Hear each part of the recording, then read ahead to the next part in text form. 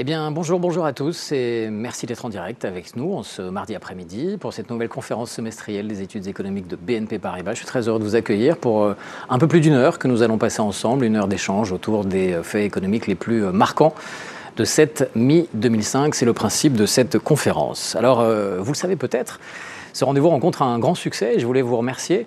Alors déjà, peut-être en modifiant légèrement ma phrase, puisque je crois que j'avais prononcé exactement les mêmes mots en décembre 2024, donc je vais l'actualiser. Ce rendez-vous rencontre un très grand succès, puisque sur la dernière audience de notre précédente conférence, nous avons dépassé les 10 000 téléspectateurs, ce qui pour un rendez-vous aussi pointu en termes de macroéconomie est un score absolument remarquable. Donc un grand merci à vous, à la fois les collaborateurs BNP Paribas, mais aussi les clients, d'être aussi nombreux à nous rejoindre sur le direct, dans le replay ensuite, et à nous offrir un bouche à oreille favorable qui nous permet d'être aussi nombreux à partager ce moment et à donner une résonance à ce travail des équipes des économistes de BNP Paribas.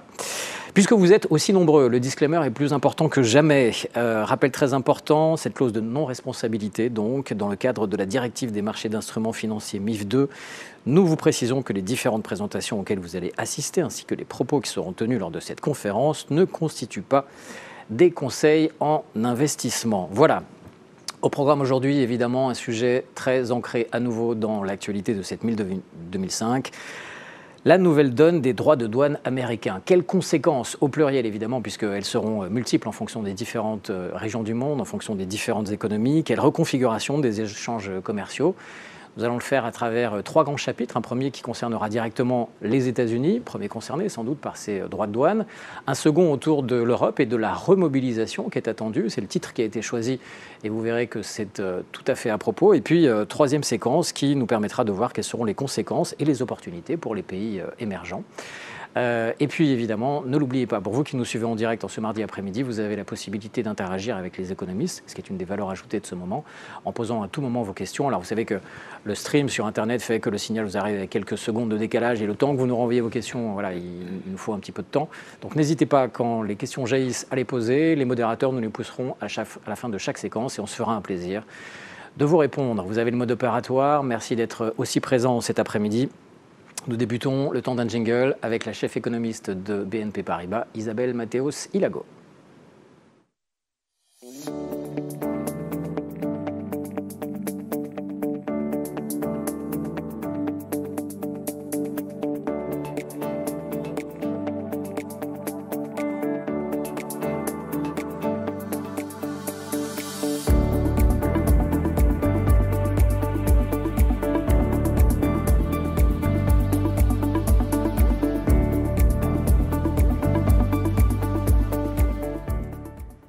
Isabelle, bonjour.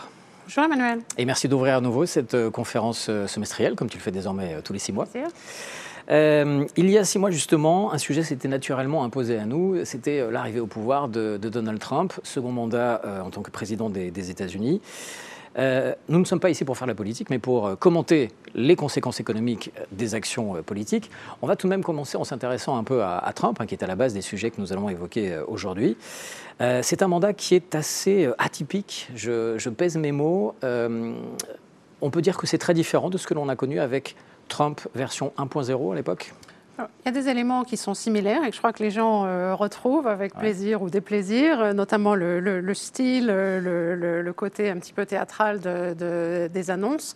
Mais sur le fond, je crois qu'il faut vraiment se rendre compte qu'on est sur un agenda de politique à la fois économique, internationale et domestique qui est fondamentalement radical et qui se déroule à un rythme très accéléré par rapport à ce qu'on a connu lors du premier mandat. Et donc, je pense qu'il faut s'attendre à ce qu'on assiste à 4 années qui seront beaucoup plus impactantes et beaucoup plus transformantes pour le monde entier que le premier mandat du président Trump. C'est vrai que rien qu'à le suivre, ces premières semaines et ces premiers mois étaient déjà presque essoufflants. C'était un rythme absolument effréné.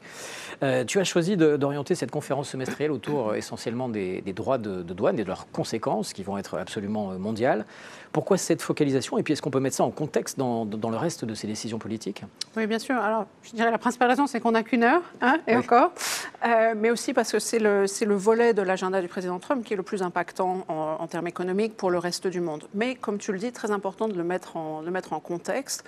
et parce que ça n'est finalement qu'un pied du tripode, je dirais, de chamboulement de l'ordre international que le président Trump est en train de mettre en œuvre. Les deux autres pieds étant, d'une part, la géopolitique, où on assiste à une remise en cause des alliances militaires que nous avions connues depuis 70 ans, jusqu'où ça reste à déterminer, mais néanmoins une remise en cause.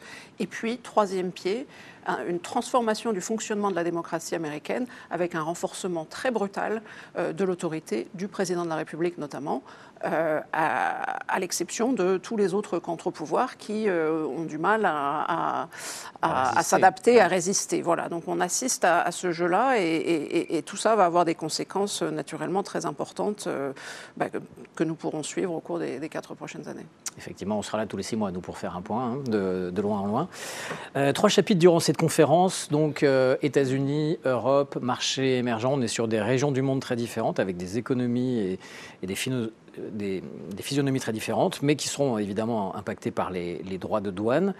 Est-ce que tu peux nous faire un point à date quand même, puisque sur ces 6 derniers mois, il y a eu des annonces très fortes, des renoncements, des retours en arrière, des négociations.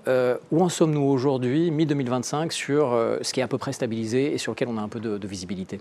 Oui, alors dans ta liste de surprises, il y a eu des décisions de justice aussi, entre-temps, qui ont invalidé certaines décisions, puis qui ont été confirmées, ou des décisions en appel qui ont confirmé de manière temporaire les décisions de l'administration. Donc effectivement, tout ça est un petit peu compliqué, mais finalement, on commence à discerner de manière à peu près claire, je pense, la piste d'atterrissage. Nous sommes à 3 semaines de l'expiration de la trêve de 90 jours qui avait permis de ramener à 10% tous les tarifs dits réciproques pour permettre à des négociations d'avoir lieu. Je pense que les signaux envoyés par l'administration Trump sont clairement qu'elle souhaite aboutir à des tarifs négociés avec à peu près l'intégralité de ses partenaires commerciaux.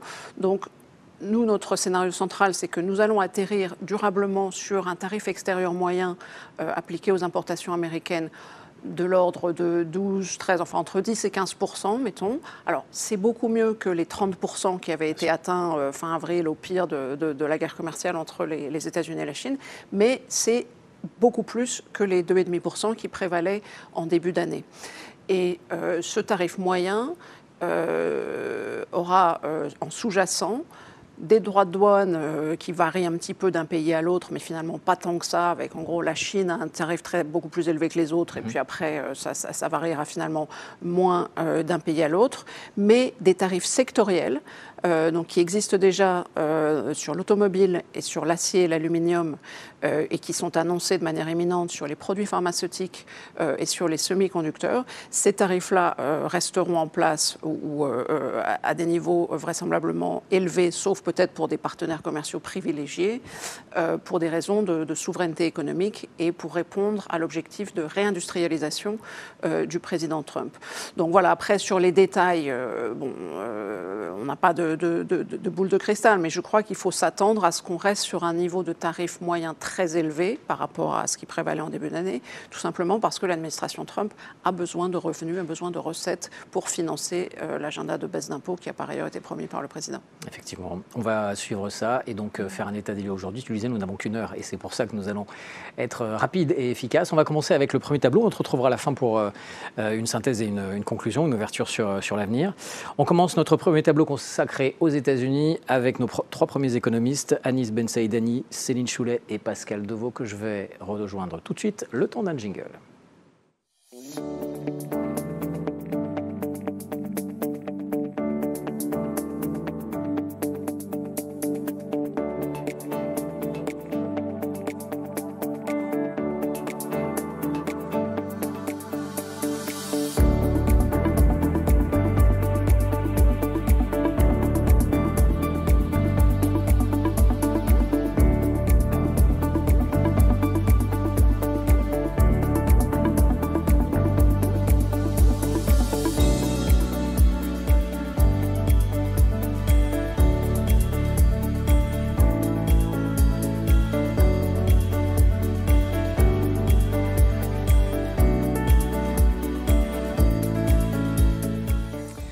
Céline, Anis, Pascal, bonjour à tous les 3.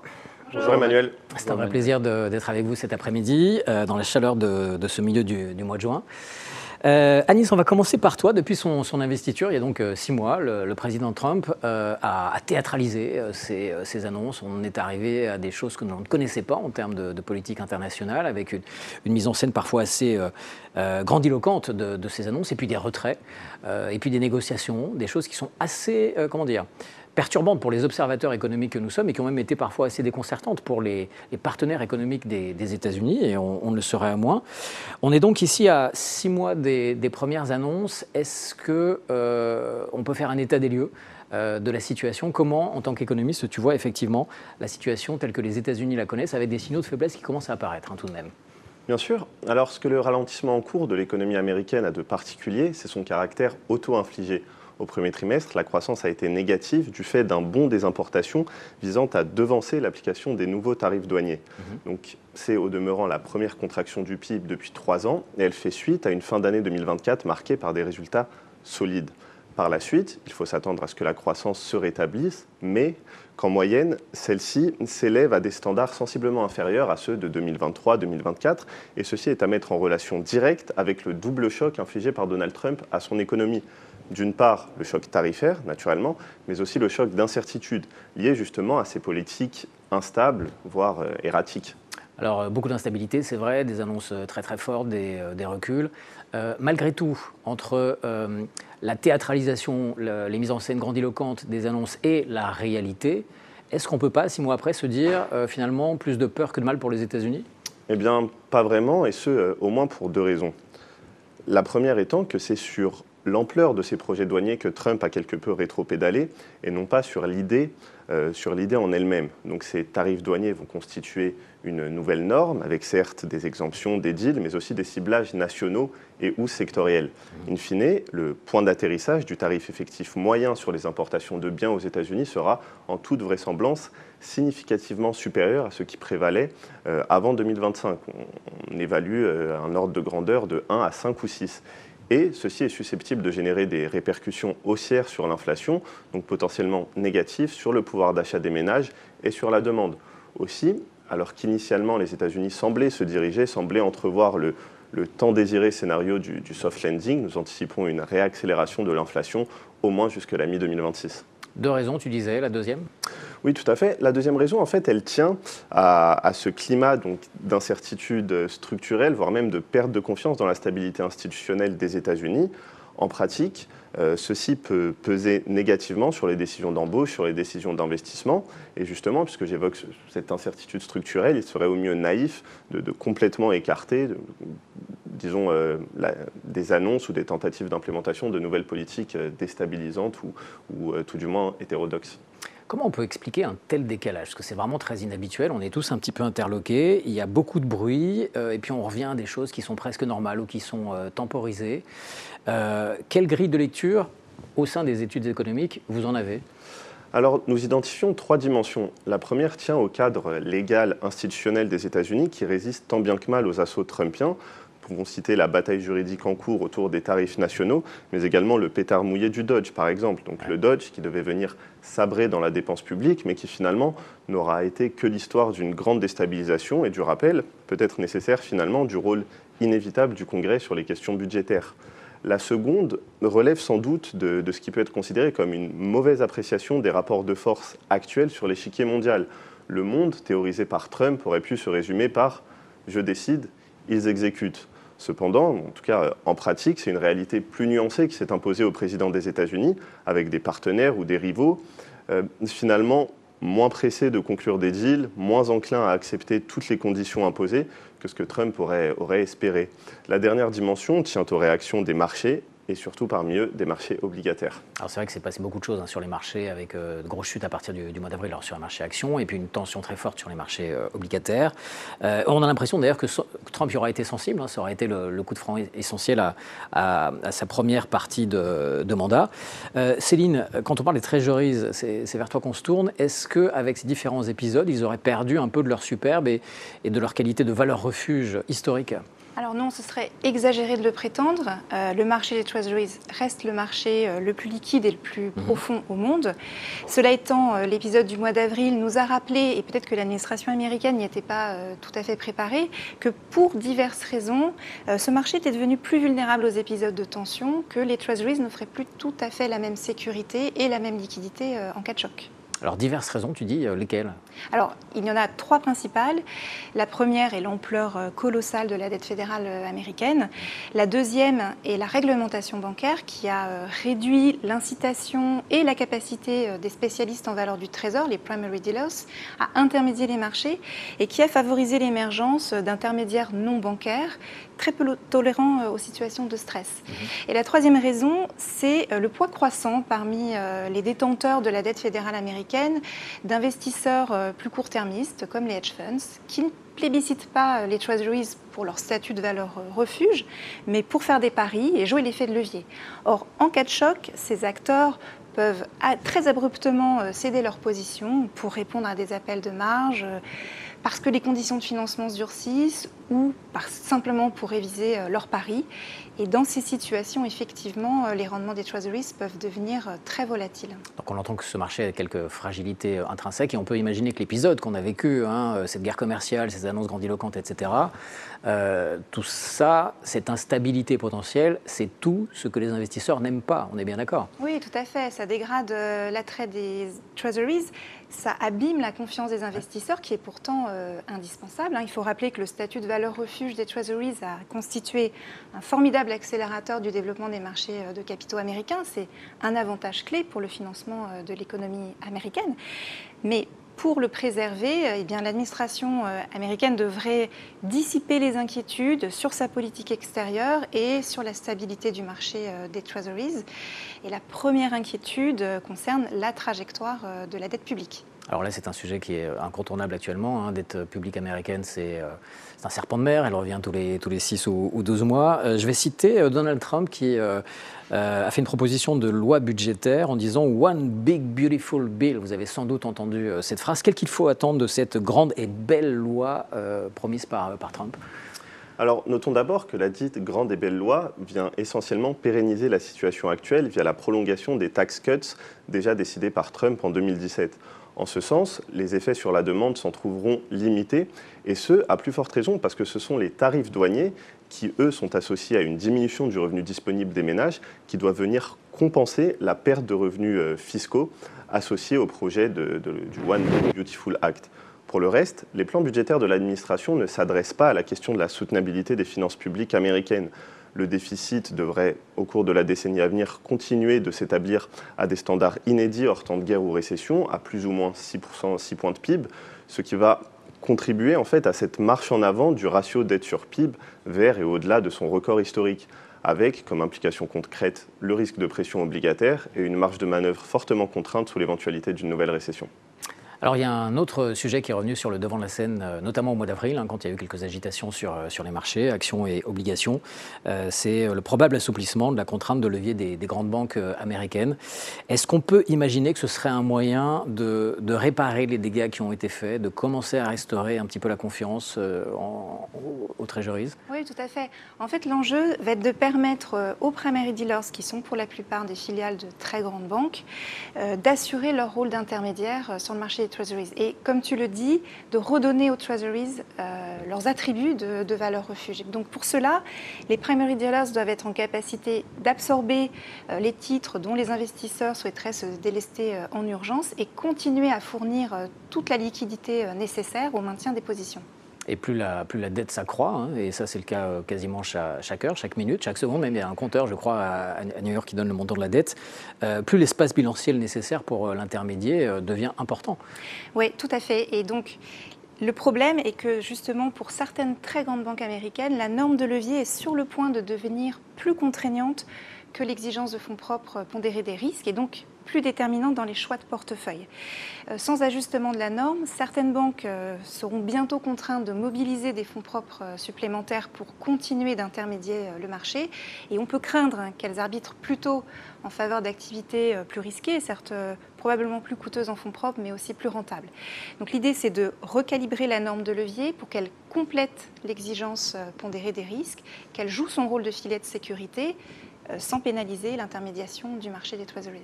Alors il y a les banques aux États-Unis. Et puis il y a la banque incontournable, c'est-à-dire la Fed évidemment. Nous sommes obligés d'en parler. Quelle pourrait être la politique monétaire de la Fed sur les trimestres à venir? Est-ce qu'on a une tendance qui se dessine assez clairement dans cette tempête actuelle? Bien sûr, notre scénario Fed depuis la victoire présidentielle de Trump a été et demeure que le FOMC n'abaissera pas la cible de taux tout au long de l'année 2025. Je l'ai mentionné précédemment, nous attendons une hausse de l'inflation liée aux tarifs douaniers, puisque ceux-ci sont équivalents à la fois à un choc d'offres négatif et à une hausse des coûts de production.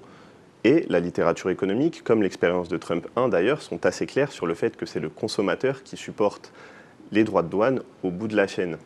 Maintenant, l'enjeu pour la Fed est d'éviter que cette hausse de l'inflation, quasi unanimement attendue, y compris au sein de l'administration Trump, ne se transforme en inflation durablement rigide.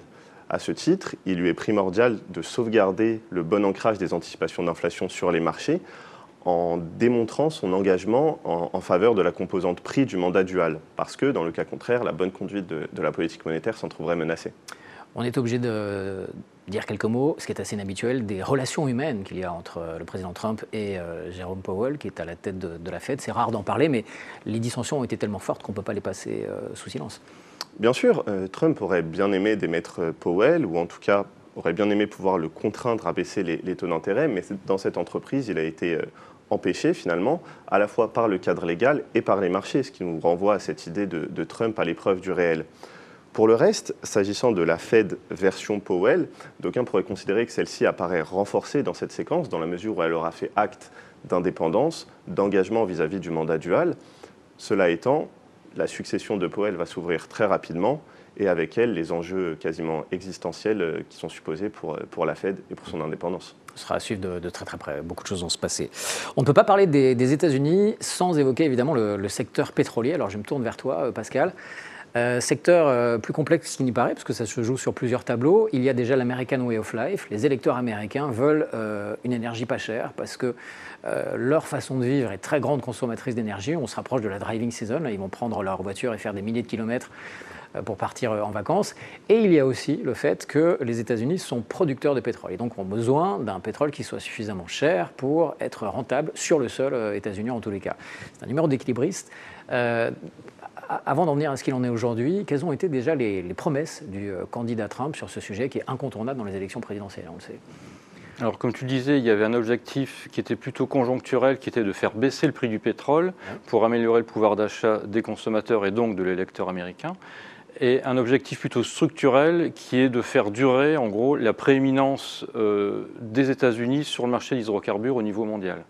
Il faut savoir que les États-Unis sont le premier producteur mondial de pétrole et le premier exportateur mondial de gaz naturel liquéfié. Les prix, alors je me les remets en tête, on est à peu près à $80 en ce début d'année quand Trump est arrivé au pouvoir. On est descendu, mais tu me confirmeras ça, jusqu'aux alentours de $65. Et ouais, même en dessous, un peu en dessous des 60. Mais en dessous, voilà. Et alors, conjoncture politique, nous enregistrons le 17 juin. Conjoncture mondiale un petit peu tendue, on est remonté et on est légèrement au-dessus des $75 aujourd'hui, je crois. Oui, c'est ça. Ouais. La cible moyenne pour l'année, si tout se passe bien, ce serait $70. Est-ce que ce serait un risque si on était longuement sur ces $70 pour les producteurs américains?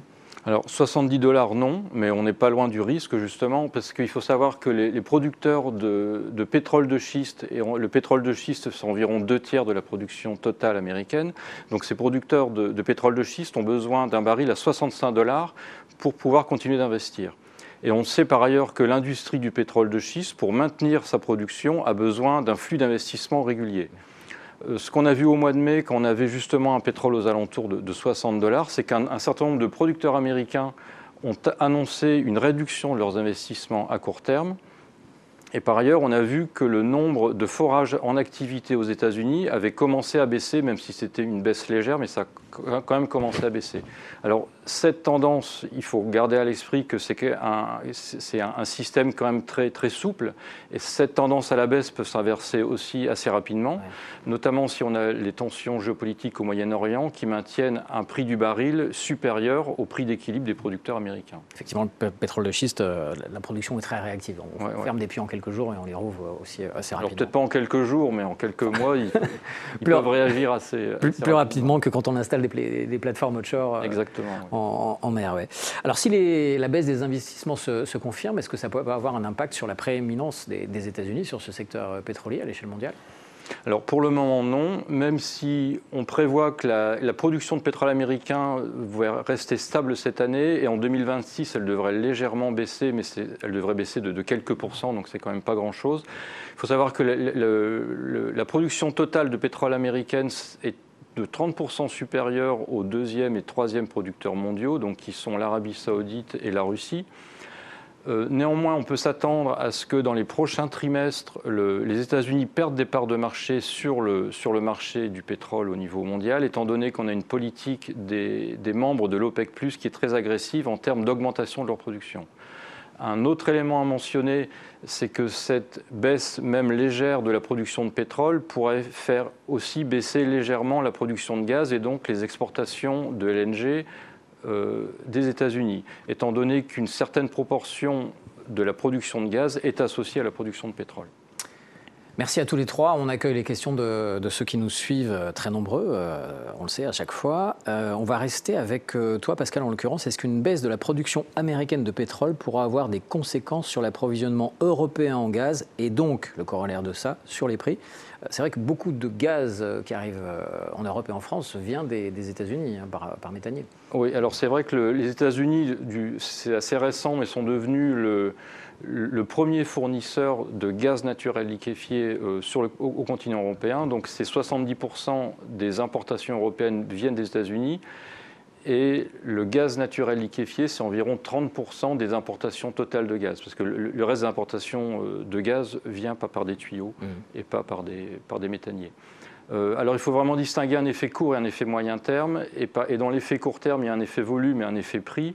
En termes d'effet volume, ça devrait être assez réduit parce que la production de gaz américaine qui est associée à la production de pétrole, c'est environ 15%.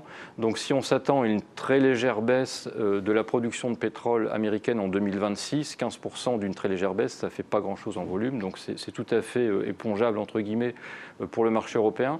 En termes de prix, l'histoire est un peu différente parce qu'on a un marché européen du gaz qui est extrêmement tendu en raison de stocks qui sont plus bas que la normale.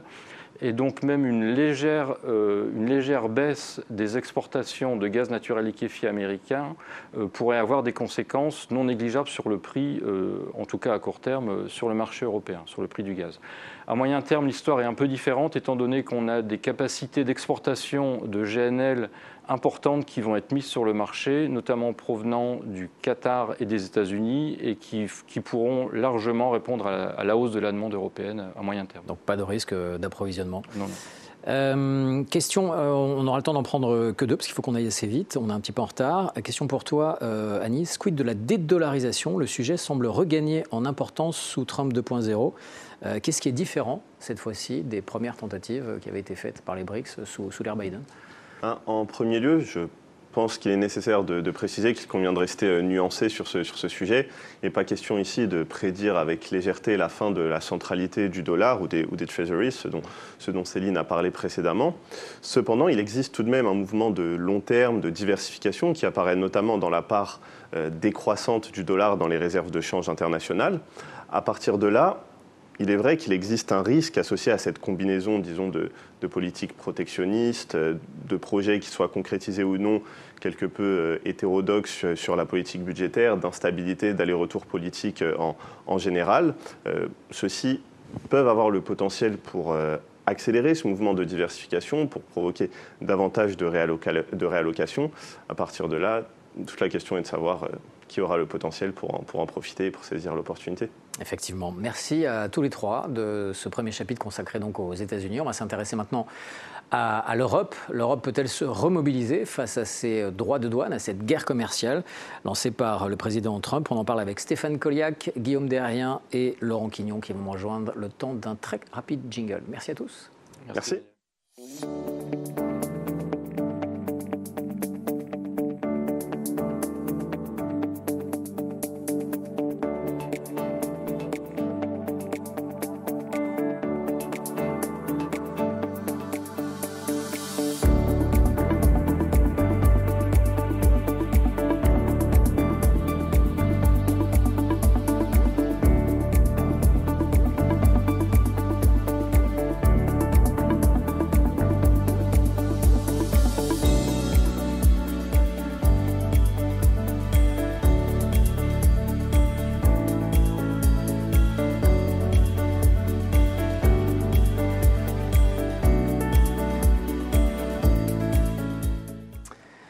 Guillaume, Stéphane, Laurent, bonjour à tous les trois. Bonjour Emmanuel. C'est un plaisir de vous accueillir. Et donc, deuxième thématique, nous sommes toujours sur les droits de douane, mais sur les réactions et la remobilisation de l'Europe. On va comprendre le jeu de mots qui est derrière ce mot, vous avez vu sur l'intitulé même de la conférence. On va commencer peut-être là aussi avec un état des lieux. 6 mois après l'arrivée du président Trump dans son deuxième mandat aux États-Unis, beaucoup de choses ont été dites, beaucoup de réactions sont arrivées depuis l'Europe. Qu'est-ce qui a changé en Europe depuis l'arrivée de Donald Trump, Guillaume? Alors, question philosophique, mais tu as quelques secondes pour nous répondre. Voilà. Beaucoup de choses, mais alors, pour résumer, on a assisté non pas à un, mais 2 chocs de nature structurelle en 2025 en Europe. Le premier choc négatif externe, c'est bien entendu la guerre commerciale menée par l'administration Trump et la remise en question à nouveau du rôle des États-Unis au sein de l'OTAN. Oui. Et un choc interne à l'UE, positif celui-là, et qui a en fait un effet de compensation un peu, qui est le changement de braquet budgétaire, avec à la fois le grand fonds d'infrastructure allemand de 500 milliards d'euros, qui s'accompagne d'un assouplissement du frein à l'endettement, et à l'échelle européenne, le plan de réarmement ReArm Europe, renommé par la suite Readiness 2030. Et on aura l'occasion de l'évoquer dans quelques instants. On va rester quand même sur le choc négatif dans un premier temps. Comment l'Europe arrive à trouver sa juste place aujourd'hui entre ces deux géants économiques que sont d'un côté les États-Unis et de l'autre la Chine? Alors, elle sera peut-être contrainte de le faire, mais l'Union européenne ne cherche pas l'opposition directe. Ouais. D'ailleurs, de par son positionnement sur les chaînes de valeur mondiales, le bloc des 27 est en quelque sorte, je dirais, pris en étau entre la Chine et les États-Unis. Les États-Unis restent un fournisseur majeur pour les entreprises européennes, que ce soit pour l'automobile, l'industrie pharmaceutique ou encore l'aéronautique.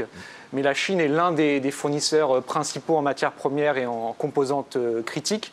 Et on voit bien les conséquences que ça a lorsque les Chinois décident, par exemple, comme c'est le cas actuellement, de restreindre les exportations, les licences à l'exportation de terres rares. Et d'ailleurs, cette dépendance à la Chine, en amont, c'est accentué pour les pays d'Europe centrale, parallèlement à l'essor de l'industrie automobile, puisque la Chine reste en effet l'un, sinon le principal fournisseur de composants automobiles dans le monde. Tu as évoqué très rapidement Readiness 2030, on va s'arrêter là-dessus, parce que c'est un plan d'une ampleur absolument inédite. On n'a jamais connu quelque chose d'aussi ambitieux sur l'aspect financier, industriel et militaire en Europe.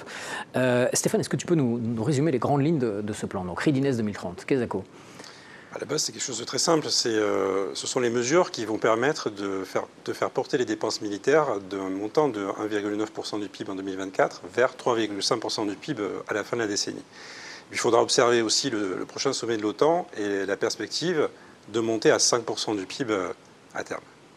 Tu me confirmes qu'il y avait déjà des choses qui avaient été faites, mais alors c'était des initiatives presque individuelles de certains pays, et surtout c'était très hétérogène. C'est ça la grande différence avec ce qu'on devrait connaître là. Oui, alors il y avait un mouvement général, parce qu'on n'était pas à 1,9% du PIB il y a quelques années, mais il y a des pays qui sont en avance, par exemple la Pologne, qui est au-delà de 4 points de PIB actuellement. Et de point de vue géographique, c'est assez clair de comprendre pourquoi. Mais il y a des pays aussi qui sont en retard, des pays comme l'Espagne, l'Italie, la Belgique, qui sont à peu près 3 fois moins en termes de dépenses. Proximité avec la Russie, donc pour la Pologne. Oui. D'accord. Depuis l'annonce de Readiness 2030, quoi de neuf? Qu'est-ce qui s'est mis en marche? Quelles sont les lignes qui ont commencé à bouger? Alors, première chose, on est bien parti pour aboutir à un niveau de 3,5% du PIB de dépenses à la fin de la décennie. En moyenne, en tout cas, il y aura toujours des pays qui seront un peu au-dessus, des pays qui seront un peu en dessous, mais en moyenne, c'est probable, puisque d'après nos estimations, on devrait être à 2,8% du PIB en 2027, d'après les annonces déjà faites dans les différents pays, concrètes, précises, et puis un peu moins concrètes, mais sur lesquelles nous avons fait nos estimations. Dans ce qui est concret, il y a par exemple les annonces qui ont été faites en Belgique ou en Espagne, portées par exemple à 2 points de PIB assez rapidement, des annonces qui n'ont pas été très précises dans d'autres pays, mais qu'on peut inférer, et puis l'annonce du plan allemand, qui est quand même la majeure partie de cette augmentation vers 2,8% du PIB en moyenne en 2027. Et là, ce qui est important, c'est de voir aussi les complémentarités, parce qu'on a, comme l'a dit Guillaume, le plan en infrastructure, mais on a aussi les mécanismes de suramortissement qui devraient permettre de financer l'investissement des entreprises en équipement. Et ces équipements pourront notamment permettre de produire davantage de matériel de défense. Alors on va commencer à additionner tout ce que l'on évoque là et à le transformer en euros surtout pour voir quelles sont les sommes en jeu. Donc si on parle du plan Readiness 2030, j'ai Yarmiou qui vient souvent, mais voilà. Les investissements pour la transition énergétique, les investissements pour la transition numérique, quelle est l'ampleur, j'imagine énorme, des besoins en financement de l'Union européenne ? Alors, dans son rapport sur la compétitivité européenne remis à Ursula von der Leyen en septembre 2024, Mario Draghi chiffrait les besoins supplémentaires au titre des investissements dans les transitions énergétiques et technologiques et aussi un peu dans la défense à une fourchette comprise entre 750 et 800 milliards d'euros par an. Et si l'on tient compte de Readiness 2030, dont on vient de parler, eh bien on arrive à un effort collectif de l'ordre de 900 milliards d'euros par an. Alors 900 milliards d'euros par an, pour donner un ordre de grandeur, c'est 5% du PIB de l'Union européenne. Et ça représente plus de 2 fois les flux d'investissement dans le cadre du plan Marshall entre 1948 et 1952. Et si, en plus de cela, on tient compte des financements existants qui perdureront, eh bien, on arrive à un besoin de financement global, public et privé, qui serait compris entre 1400 et 1500 milliards d'euros, c'est-à-dire entre 2 et 3 fois les flux de financement observés dans l'Union européenne entre 2014 et 2024. Des montants très impressionnants, donc même chez les économistes, on n'a pas l'habitude de jongler avec des sommes pareilles. On entend bien l'ambition européenne de remobilisation qui est derrière. La question qui se pose, c'est qui va le financer? Alors il y a des pistes, ça peut être les États, ça peut être les investisseurs privés, ça peut être les banques, ça peut être les marchés, ça peut être un peu tout le monde. Comment ça se dessine? Alors ce sera la dernière option. Ouais. Un peu tout le monde. Historiquement, 4/5 de l'investissement productif est financé par le secteur privé, 1/5 par la sphère publique, notamment sous forme de subventions ou via le levier fiscal. Alors s'agissant plus particulièrement du volet défense, naturellement la sphère publique le financera largement, mais pas seulement, puisque les entreprises du secteur, pour augmenter leur capacité de production, eh bien, seront amenées à mobiliser des financements à la fois auprès des banques et auprès des marchés financiers. À travers ce que tu nous dis là, est-ce qu'on n'est pas en train de rendre concret, de toucher du doigt le fameux projet d'union de l'épargne et des investissements dont on parle depuis un certain temps? Oui, absolument, Emmanuel, tu as raison. Donc ce fameux projet de l'union de l'épargne et des investissements, dont la stratégie a été dévoilée le 19 mars dernier par la Commission européenne, il s'agit d'un ensemble de mesures qui visent à renforcer l'intégration des marchés de capitaux entre les différents pays de l'Union européenne afin d'améliorer la circulation de l'épargne disponible et de créer des opportunités d'investissement pour les épargnants et des opportunités de financement pour les entreprises avec à la clé une hausse du potentiel de financement des marchés de capitaux dans l'Union européenne. Donc tout ça, c'est une piste nécessaire, mais est-ce que ce sera une piste suffisante? C'est toute la question. C'est une question importante et Mario Draghi lui-même reconnaît qu'à elle seule, l'intégration des marchés de capitaux ne suffira sans doute pas à financer un tel surcroît de financement. Donc l'enseignement à retenir, c'est qu'il ne faudra négliger absolument aucune source de financement et c'est la raison pour laquelle plusieurs mesures viseront à placer le système bancaire dans les meilleures dispositions pour participer activement à l'effort de financement. Et parmi ces mesures, bien entendu, la finalisation de l'union bancaire avec l'ambition d'un mécanisme européen de garantie des dépôts qui aurait pour préalable une amélioration de la gestion des défaillances des banques de taille moyenne. Et en attendant cette disposition, eh bien, peut-être qu'une solution pragmatique serait de circonscrire ce mécanisme européen de garantie des dépôts aux grandes banques européennes dans un premier temps, comme le suggère Mario Draghi dans son rapport. Et puis, il y a également d'autres leviers, donc la préservation de la compétitivité sur le plan réglementaire et la décision récente de la Commission de reporter au 1er janvier 2027 la recommandation bâloise sur les exigences en fonds propres relatives au trading book montre qu'elle fait preuve d'un certain pragmatisme en la matière, qu'elle a ce souci de préserver la compétitivité des banques d'investissement et des activités de marché. Et cette décision fait suite au report déjà intervenu au Royaume-Uni, donc à la même date, 1er janvier 2027, de l'application de cette recommandation bâloise, et puis également au flou total qui règne aux États-Unis sur le calendrier d'application. Et puis également quelques pistes en matière de titrisation, on y revient ? Effectivement, alors la relance de la titrisation, c'est un sujet important qui permettrait à la fois de libérer des fonds propres dans les bilans bancaires et de dégager des capacités de financement pour d'autres projets. Et nous attendons dans les tout prochains jours une nouvelle proposition législative de la Commission européenne. Beaucoup de projets avec de grandes ambitions financières. La question qui se pose, Guillaume, est-ce que l'Europe a tous les atouts en main pour mener tous ces projets simultanément ? On est sur des choses inédites, donc on peut légitimement s'interroger quand même. Alors je dirais plutôt oui. Ouais.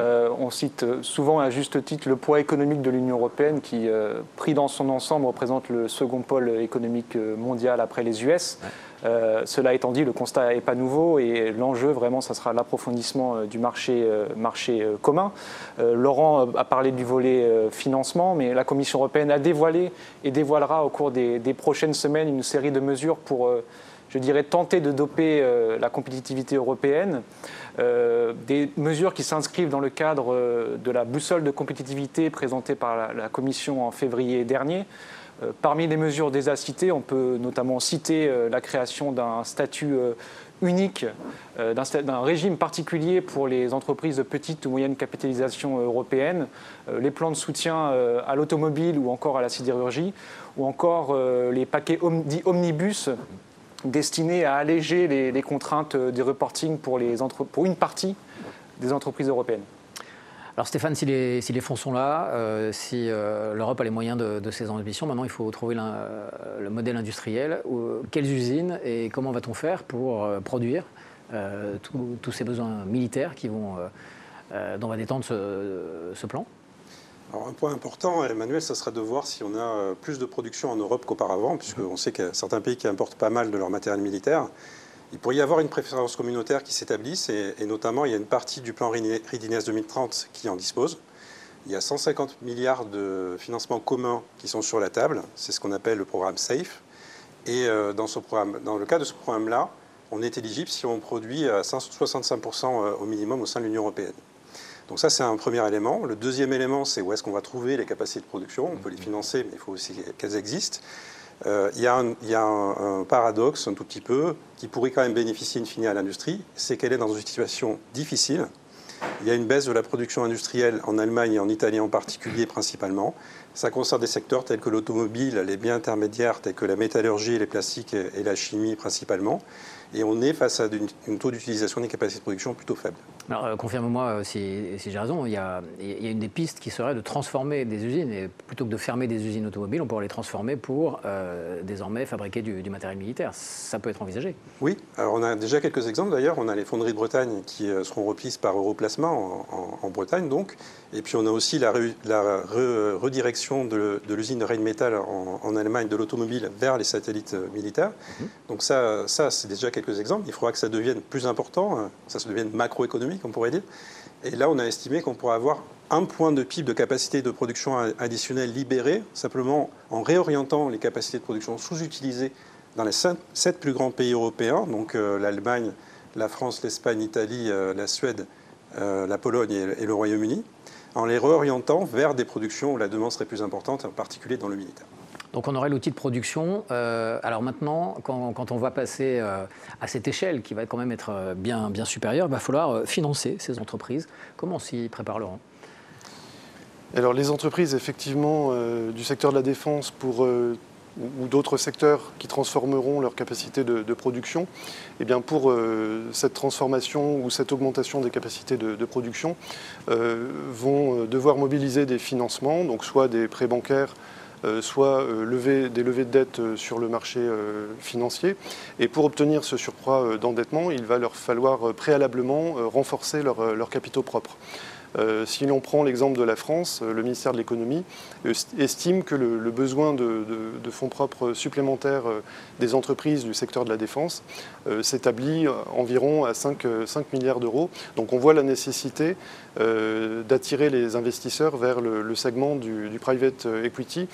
Et par ailleurs, les investisseurs en fonds propres et les créanciers, qu'il s'agisse des banques ou des investisseurs en private equity ou même des investisseurs sur le marché, eh bien, répondront d'autant plus à l'appel qu'ils seront sécurisés et qu'ils auront une bonne visibilité sur les carnets de commandes, c'est-à-dire que les États s'engageront sur des trajectoires pluriannuelles de commandes publiques à l'égard de ces entreprises. Effectivement, une signature de l'État et puis une visibilité sur du long terme, c'est tout ce que cherchent les investisseurs, on est bien d'accord là-dessus.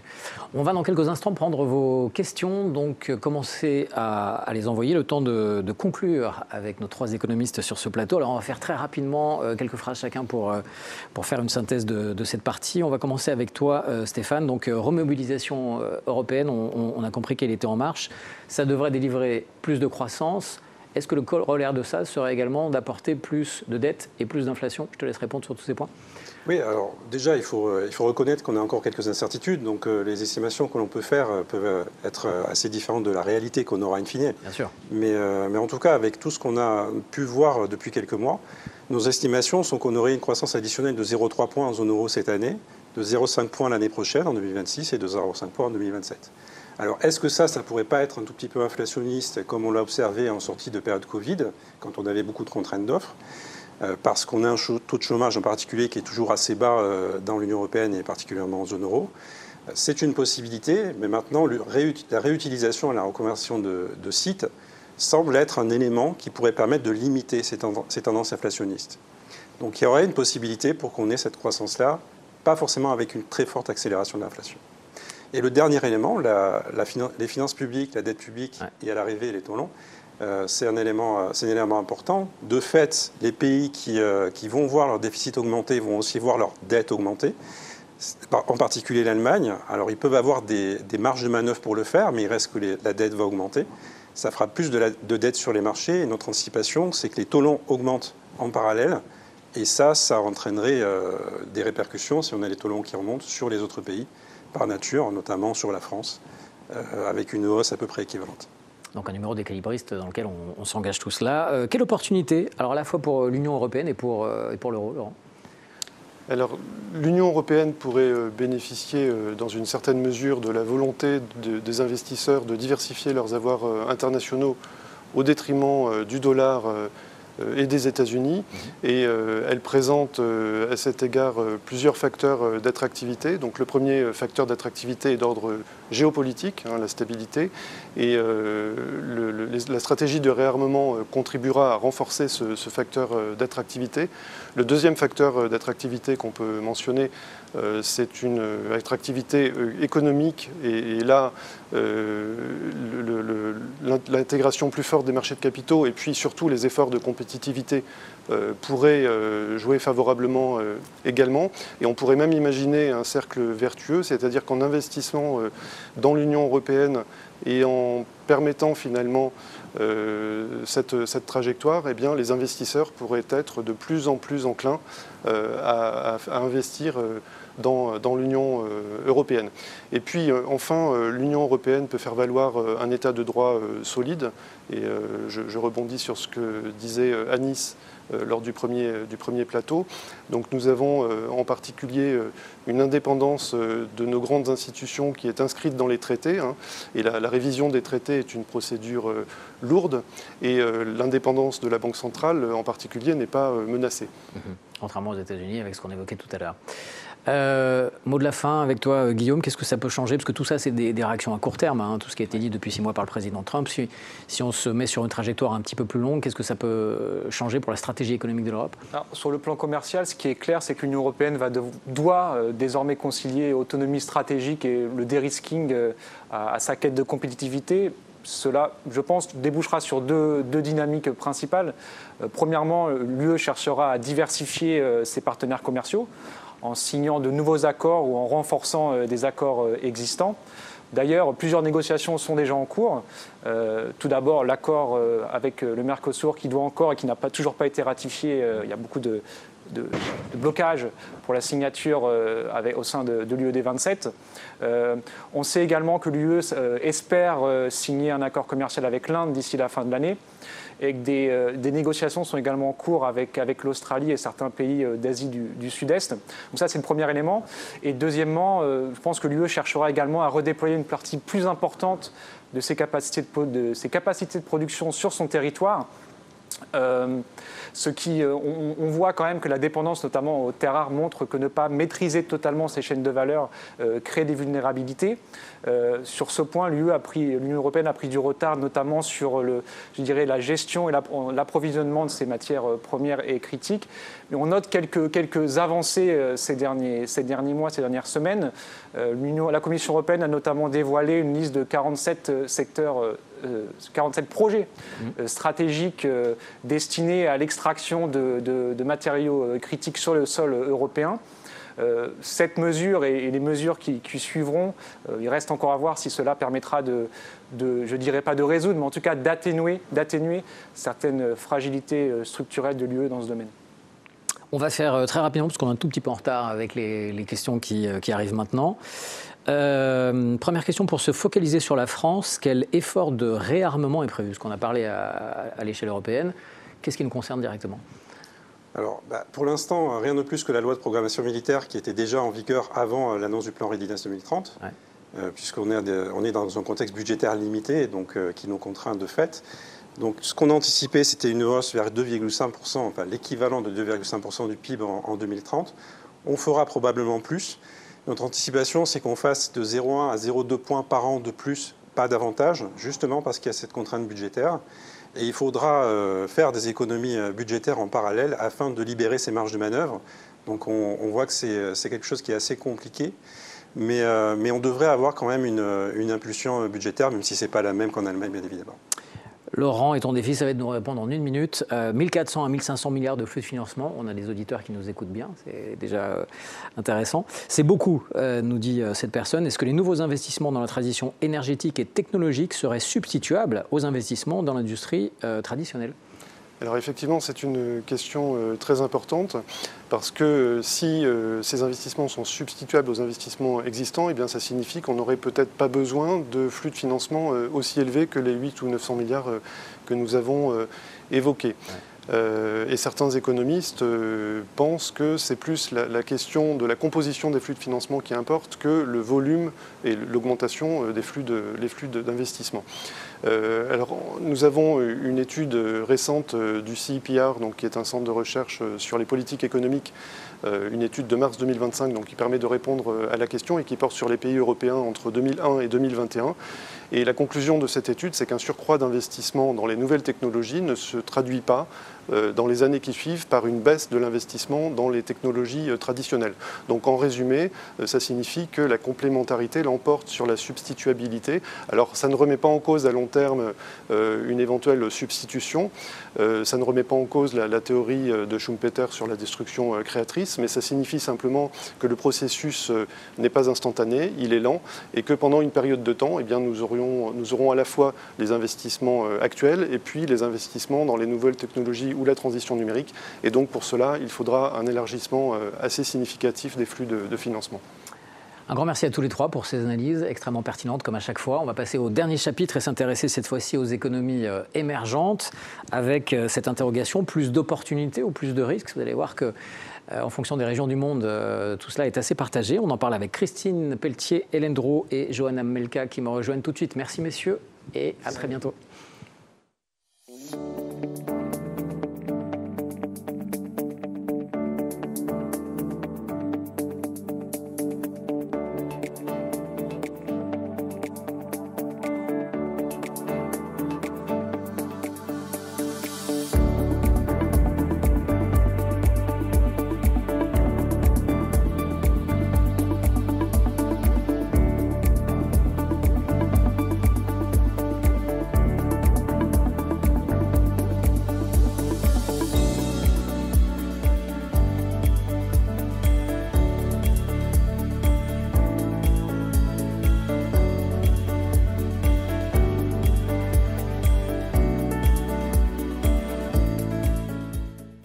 Hélène, Johanna, Christine, bonjour. Bonjour Emmanuel. Bonjour. Bonjour. Tout dans l'ordre, parfait. Très heureux d'être avec vous et de terminer en une quinzaine de minutes, encore une fois, comme on l'a fait avec ces 3 chapitres. Un point complet sur l'incidence des droits de douane sur les économies émergentes. Et vous représentez plusieurs régions du monde, on va comprendre cela assez rapidement avec les tours des régions qu'on va faire grâce à vous. Nous sommes donc 6 mois après l'arrivée de Donald Trump et je pense qu'on va reprendre ce mode opératoire qui est quand même assez facilitant pour avoir une bonne grille de lecture. En 6 mois, beaucoup de déclarations ont été faites, beaucoup de retours sur ces mêmes déclarations ont été faits également. Est-ce que, Christine, tu peux nous faire un panorama le plus succinct mais le plus clair à date de ce que sont les droits de douane sur les pays émergents? Oui, alors déjà tous les pays émergents ont subi une hausse des droits de douane américains. Oui. Alors d'abord la Chine, et pour la Chine, les droits de douane réciproques, c'est-à-dire les droits de douane supplémentaires qui ont été introduits par l'administration Trump, sont de 30%. Mais si on prend en compte les exemptions et les taxes sectorielles, alors le tarif effectif, lui, est passé de 11% en début d'année à 35% aujourd'hui. Pour les autres émergents, les droits de douane supplémentaires sont tous à 10%, mais en fait, les tarifs effectifs sont très variables d'un pays à l'autre. Ils vont de moins de 5% à plus de 20%. La question qui se pose, c'est quelles seront les conséquences de ces droits de douane. Et je dis bien les conséquences parce qu'elles sont plurielles, multiples. D'ailleurs, on va les détailler, mais voilà, en guise d'introduction. Oui, alors le choc protectionniste, d'abord, c'est un choc négatif pour la croissance. Et c'est un choc d'autant plus sévère que les tarifs effectifs moyens sont très élevés et que la politique commerciale américaine reste très incertaine. Alors ce choc, il va passer sur les économies émergentes via plusieurs canaux. D'abord, il y a les effets liés au ralentissement de la demande américaine et de la demande mondiale, les effets liés aux variations des prix des matières premières. Il y a des effets liés à la réorientation des exportations chinoises et il y a des effets liés à la réorganisation des chaînes de valeur mondiale et la réorientation des investissements directs des groupes multinationaux. Alors, tous ces effets ne sont pas forcément négatifs. Certains pays émergents pourraient aussi bénéficier de certaines opportunités. Alors, on terminera tout à l'heure par tout ce qu'il peut y avoir de positif, pour donner un petit peu une note d'optimisme à cette conférence. Dans la période ambiante, je pense que ça nous fera du bien à tous. On va commencer par les effets négatifs et les risques. Quels sont les pays les plus exposés au ralentissement en ce qui concerne leurs exportations? Et Johanna, avec toi, on va commencer par l'Asie.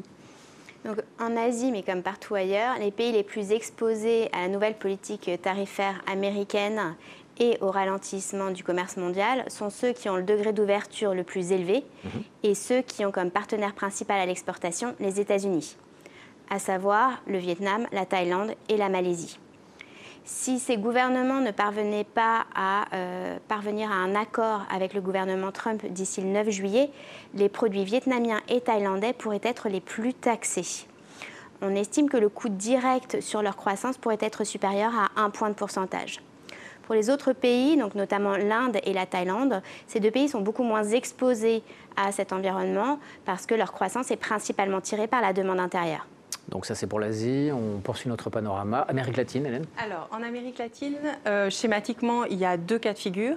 Il y a premièrement les pays d'Amérique centrale qui sont très exposés à l'économie américaine et dont l'économie est intégrée en fait avec l'économie américaine. Et dans ces pays-là, il y a évidemment le cas particulier du Mexique, dont 80%, je rappelle, des exportations totales sont dirigées vers les États-Unis. Donc eux prendront de plein fouet le ralentissement de l'économie américaine. Et il y aura aussi pour eux la double peine puisqu'ils auront des tarifs douaniers élevés. On est passé récemment à 12%, alors que précédemment, le taux était quasiment nul. Donc ça, c'est le premier groupe. Le deuxième groupe, c'est tous les autres pays. Comme disaient Johanna et Christine, ils sont moins ouverts, donc moins sensibles, voilà, et aussi moins exposés à l'économie américaine, donc plus sensibles au ralentissement du commerce mondial, mais aussi aux fluctuations des prix des matières premières. Alors, pour être complet dans notre état des lieux, l'Europe centrale? Oui, alors les économies d'Europe centrale, ce sont des économies très ouvertes, mais en fait leur exposition directe au marché américain est très limitée.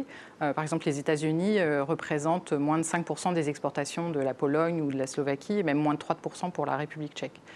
En revanche, l'effet indirect du choc protectionniste via le ralentissement des exportations vers l'Allemagne va être plus important, en tout cas à court terme. Et les pays d'Europe centrale sont très vulnérables aux taxes dans le secteur automobile, secteur qui en plus connaît des difficultés conjoncturelles. Donc voilà pour les droits de douane. Il y a un second risque qu'il faut absolument que l'on évoque, évidemment. C'est l'arrivée de marchés de produits chinois, c'est-à-dire de bonne qualité mais à très très faible prix, qui pourraient inonder certains marchés intérieurs. Évidemment, ce qui ne partira pas vers les États-Unis ira forcément dans d'autres régions du monde. Oui, les exportateurs chinois réorientent leurs exportations vers d'autres marchés. Alors l'objectif, c'est de trouver des pays intermédiaires pour contourner les droits de douane américains et de trouver des nouveaux débouchés pour leurs produits. Alors c'est une dynamique qu'on a déjà observée depuis 2018. La Chine a gagné des parts du marché mondial grâce à des produits compétitifs, à des prix bas dans un grand nombre de secteurs. Et cette année, en avril-mai, la baisse des exportations chinoises vers les États-Unis a déjà été compensée par une hausse plus forte des exportations vers les autres régions du monde. Alors cette dynamique va se poursuivre. Mais ce sera plus compliqué pour la Chine. D'abord, les exportateurs chinois vont avoir plus de mal à baisser leurs prix. Et là, l'évolution du yuan sera un facteur déterminant. Et ensuite, les pays qui vont faire face à une concurrence chinoise accrue pourraient introduire des mesures protectionnistes. On peut imaginer que les pays qui auront une proximité plus forte avec la Chine seront particulièrement vulnérables à cette concurrence. Ça a d'ailleurs déjà commencé, hein. C'est un phénomène qui ne date pas d'aujourd'hui. Oui, tout à fait. En Asie, on a observé que depuis 2017-2018, les parts de marché perdues par la Chine sur le sol américain ont été gagnées sur les marchés asiatiques.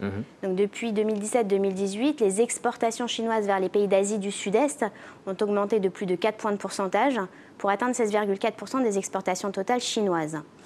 Alors, même si la Chine exporte, a surtout augmenté ses exportations vers le Vietnam et la Malaisie, qui importent essentiellement des biens de consommation intermédiaires, donc pour leurs propres exportations, les entreprises chinoises ont aussi augmenté leurs exportations de produits finaux, notamment vers la Thaïlande et l'Indonésie, pesant sur les productions domestiques et les emplois locaux.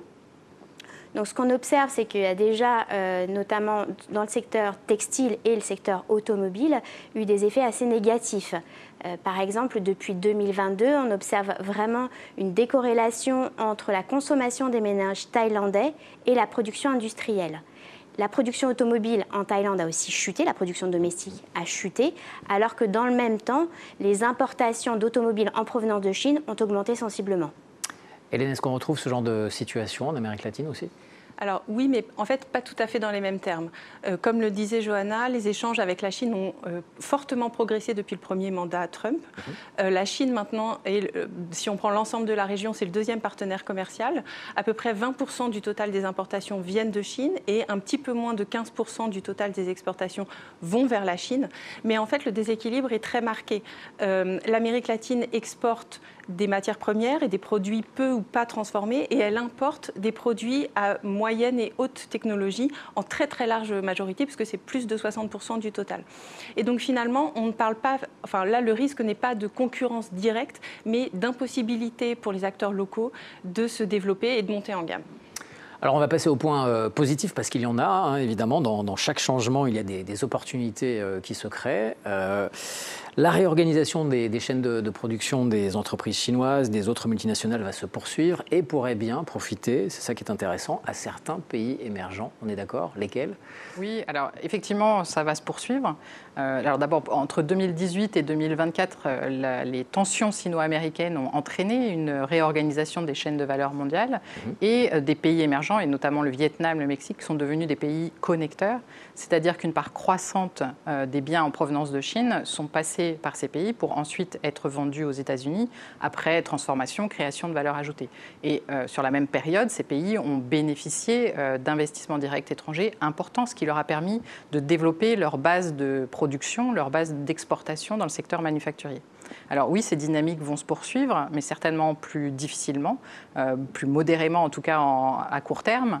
D'abord parce que l'environnement international est devenu beaucoup plus chaotique et compliqué, marqué par la montée du protectionnisme, marqué par le ralentissement de la demande mondiale. Et puis l'administration Trump va exercer des pressions fortes sur ces fameux pays connecteurs. Si on se tourne vers l'Asie une nouvelle fois, quels sont les pays qui pourraient en profiter ?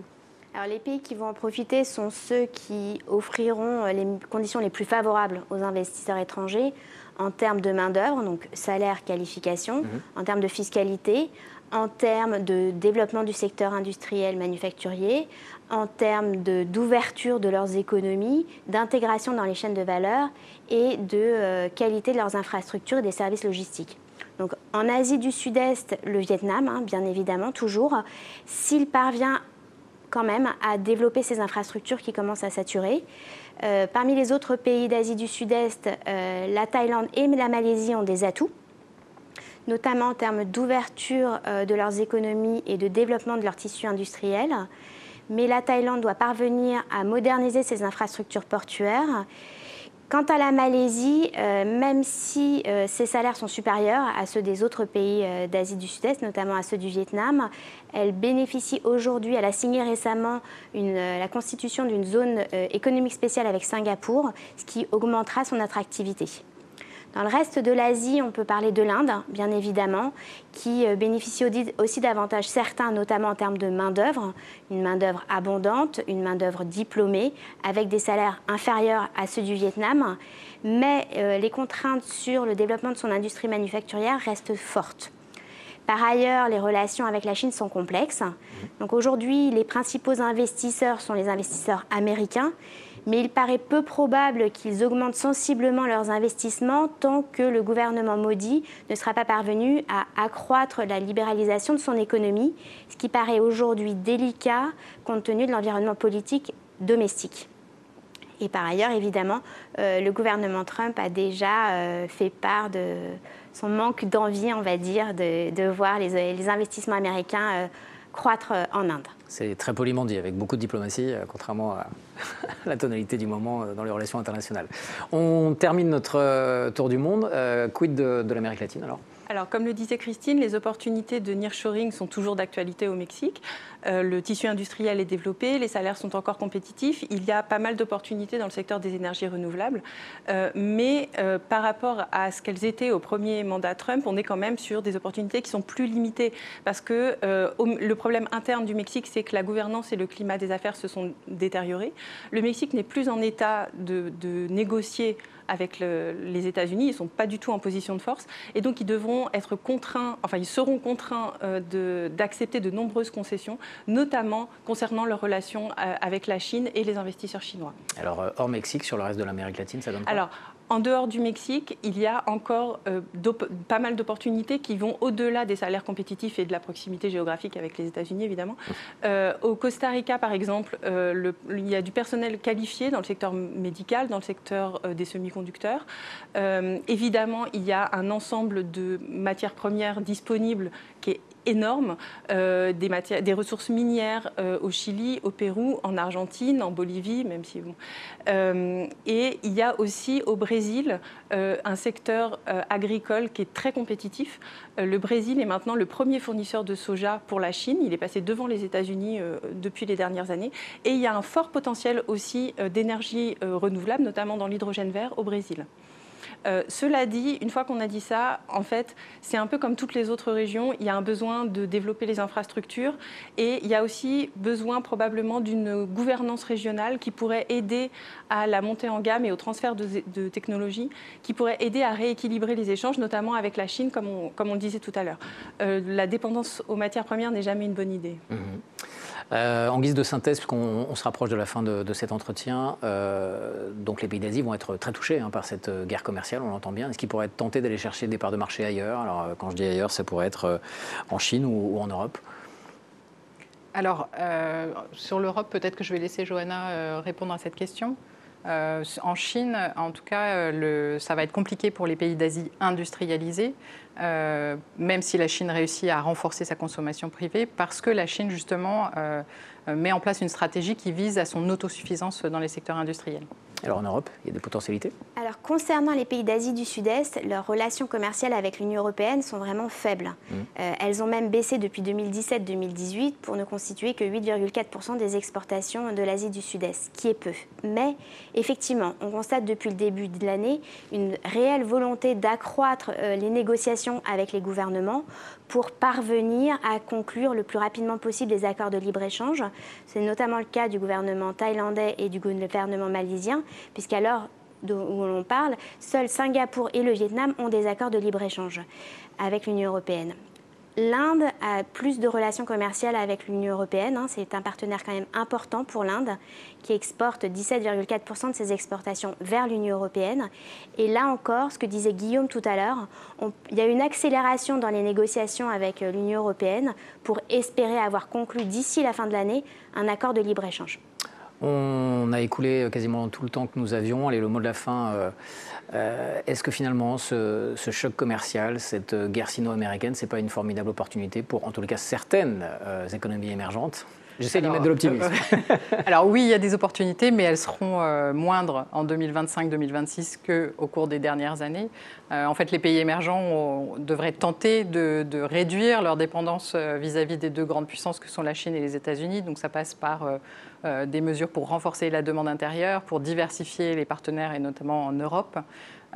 Et tout ça, ça demande de mettre en place des stratégies et avoir une capacité de mise en place de stratégies de développement sur le long terme. Et donc, ça reste un défi pour les émergents. Allez, on prend une question, la première qui était arrivée tout à l'heure, pour remercier celui ou celle qui nous l'a posée. La monnaie chinoise va-t-elle se déprécier en réponse aux droits de douane américains? Ça pourrait être effectivement une piste.